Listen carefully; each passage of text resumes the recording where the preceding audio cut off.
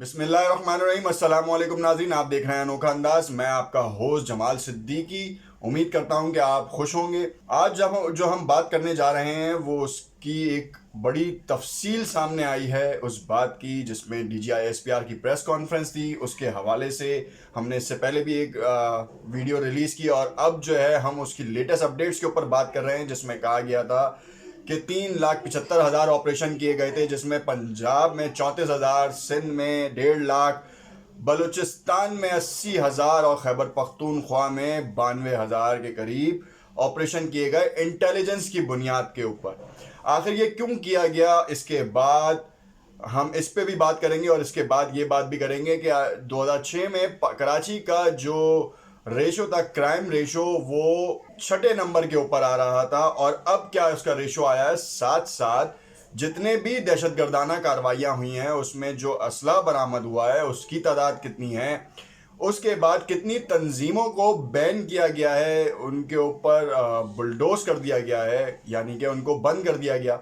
इन तमाम चीज़ों की मालूमात भी हम आपको बताएंगे और साथ में ये भी बताएंगे कि जिन लोगों को, जिन दहशतगर्दों को पकड़ा गया है उनका ताल्लुक है कहाँ से, आखिर वो क्या कर रहे थे, किस तरीके से आपके मुल्क में वो दहशतगर्दाना कार्रवाइयों में मुलव्विस थे। क्या वो आपके अपने मुल्क के अफराद थे या बाहर से वो जासूस थे जो कि पाकिस्तान में आकर पाकिस्तान के अमन को बर्बाद कर रहे थे और पूरी दुनिया में ये इमेज बिल्ड कर रहे थे कि पाकिस्तान एक दहशतगर्द मुल्क है, इसकी सफ़ों में ही दहशतगर्द पनपते हैं, यही दहशतगर्दों को ट्रेनिंग देता है और अपने पास ट्रेनिंग देने के बाद दूसरे ममालिक में भेजता है और वहाँ पर दहशतगर्दाना कार्रवाइयाँ कराता है और उसकी स्टेबिलिटी कुछ भी नहीं है, इकॉनमी 0% है।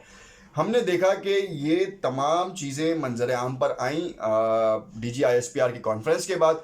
हम इसको तफसीली इस वीलॉग में डिस्कस करेंगे। अगर आपने अब तक मेरा यूट्यूब चैनल सब्सक्राइब नहीं किया तो इसे सब्सक्राइब कर लें और आखिर तक वीडियो में साथ रहें ताकि आपको लुब्बे लुबाब इसका पता चले कि आखिर DGI-SPR की कॉन्फ्रेंस 22 फरवरी को क्यों हुई और एन उस वक्त क्यों हुई जब FATF की मीटिंग चल रही थी।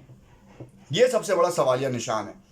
हम आपको पहले तफसील से बताएंगे जो ऑपरेशन 3,75,000 की बात की जा रही है, ये सिर्फ 4 साल के अरसे में किए गए। सन 2017 में ये ऑपरेशन रद्दुल फसाद का आगाज़ किया गया और उसके बाद आज जो 22 फरवरी 2021 को इसकी पूरी ब्रीफिंग दी गई जिसमें कहा गया कि 72,000 के करीब असला रिकवर किया गया है और मुतादिद मिलिटेंट्स को पकड़ा गया है जो कि दहशतगर्दाना कार्रवाइयों में मुलविस थे। बहुत से मासूम जानों के ज़िया में इनका हाथ था और तो और इंटेलिजेंस की बुनियाद के ऊपर बहुत से ऐसे कारनामे या मतलब इस तरह की दहशतगर्दाना कार्रवाइयों को रोका गया है, मटेरियलाइज किया गया है, जिन अगर वो हो जाती हैं तो पाकिस्तान का ग्लोबली नाम बहुत ख़राब होता, साथ साथ अंदरूनी तौर पर बहुत से फसादात रोनुमा हो सकते थे।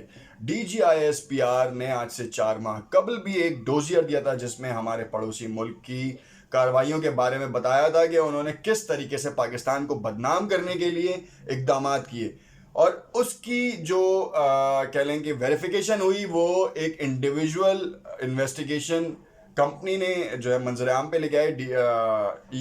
DISINFOLAB ने जो जब मंजर आम पर मालूमात लेकर आई तो उसके बाद इंडिया का मकरू चेहरा दुनिया के सामने आया और लानत मलामत होने लगी। पाकिस्तानी बहुत से लोग ये सवाल करते हैं कि अफवाज जब पाकिस्तान की हिफाजत के लिए हैं तो आखिर ये कार्रवाइयाँ क्यों होती हैं। तो मैं आपको बताऊं कि अफवाज बॉर्डरों की हिफाजत के लिए हैं, अंदरूनी तौर पर भी इन तमाम ख़तरात से निमटने के लिए तैयार रहती हैं और करती रहती हैं।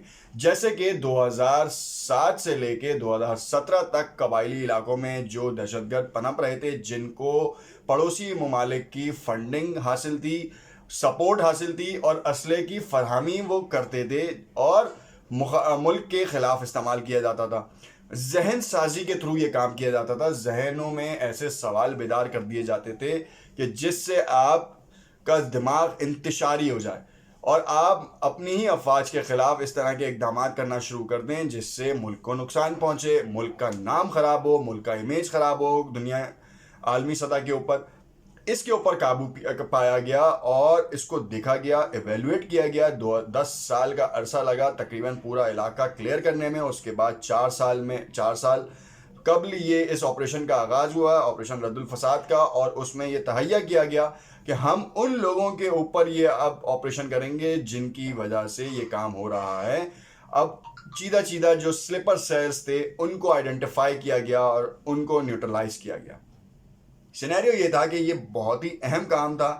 اس اہم کام کے پیچھے بہت سے فوجی جوانوں نے شہادت نوش فرمائی اور شہریوں نے بھی شہادت نوش فرمائی جو کہ اس عمل میں حصہ لے رہے تھے.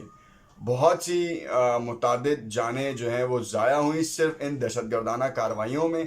اور تو اور ان شہیدوں کا خون رائگاں نہیں گیا. آج پاکستان کے 750 کلومیٹر کے رقبے کے اوپر ان تمام چیزوں کے اوپر قابو پا لیا گیا ہے. 78 تنظیمیں جو ہیں ان کو بین کر دیا گیا ہے یا ان کا وجود ہی ختم کر دیا گیا ہے. اور ان لوگوں کی جن کی ذہن سازی کی گئی تھی ان کو بھی نیوٹرلائز کرنے کی ہر ممکن کوشش کی جا رہی ہے. اور ان علاقوں میں جہاں پر اس طرح کے لوگ یا اس طرح کی ذہن سازی کی گئی تھی ان علاقوں میں بھی جو ہے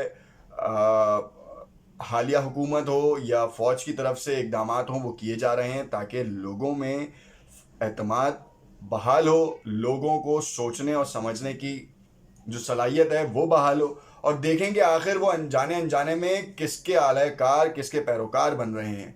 تو یہ ایک بہت بڑا ایک اسٹانس تھا جو کہ فوج نے اور حالیہ حکومت نے لیا, اور فوج نے کلیئر کٹ کہا کہ ہمارا سیاست سے کوئی تعلق نہیں مگر عوام کی سیفٹی, عوام کے مفاد میں ہم ہر چیز کریں گے. عوام کے مفاد کے لیے ہم اپنی تمام سروسز کو بروکار لے کر آئیں گے. ہماری جہاں پہ بھی ہماری عوام کو ہماری ضرورت ہوگی ہم بلا جھجک ایک آواز پہ کھڑے ہوں گے, کیونکہ عوام ہمارے ساتھ ہے, عوام کی سپورٹ ہمارے ساتھ ہے. اگر عوام ہمیں سپورٹ نہیں کرتی تو ہم کچھ بھی نہیں ہوتے. آج عوام کی سپورٹ کی وجہ سے پاک فوج نے ان تمام معاملات کو خوش اسلوبی سے طے کیا, ان لوگوں کو پکڑا اور دنیا کے سامنے لے کر آئے. کلبھوشن یادو ہو, اس جیسے اور متعدد افسران ہیں جو کہ حاضر افسران تھے انڈیا کے, جن کو منظر عام پہ لا کے ہم نے بتایا کہ دیکھیں یہ کیا کر رہے ہیں اور کدھر کر رہے ہیں, یہ کس جگہ پہ یہ کارروائیاں کی جا رہی ہیں اور کس کے کہنے پہ کی جا رہی ہیں. ساتھ ساتھ ہمارے اپنے پڑوسی ملک ایران کے ساتھ تعلقات بگاڑنے کی کوشش کی گئی, افغانستان کے ساتھ بگاڑنے کی کوشش کی گئی. افغانستان میں امن پروسیس چل رہا ہے, اس کو ختم کرنے میں اسرائیل کا کتنا بڑا کردار رہا ہے کہ وہ پروسیس کسی طور پہ بھی ختم نہ ہو پائے. اس میں اسرائیلی چال تھی جو کہ وہ بھی بے نقاب ہوئی ہے, اور پاکستان میڈیٹر تھا کہ اس نے دونوں کو ایک ٹیبل ٹاک کے اوپر لے کر آیا. کسی کی طرفداری نہیں کی. انہوں نے کہا کہ آپ کا مسئلہ یہ سالو کریں, کیونکہ افغانستان میں امن ہوگا تو پاکستان میں امن ہوگا. اور اس میں کہ دو برادرانہ تعلقات ہیں افغانستان کے ساتھ, تو اس تمام چیزوں کو کلیئر کٹ دیا. ڈی جی ISPR نے یہ واضح اشارہ دیا تمام ممالک کو اور تمام دوستوں کو, دشمنوں کو, کہ اب سرپرائز دینے کی باری ہماری ہے, ہم دیں گے اگر تو کسی نے ہم سے ٹکرانے کی کوشش کی.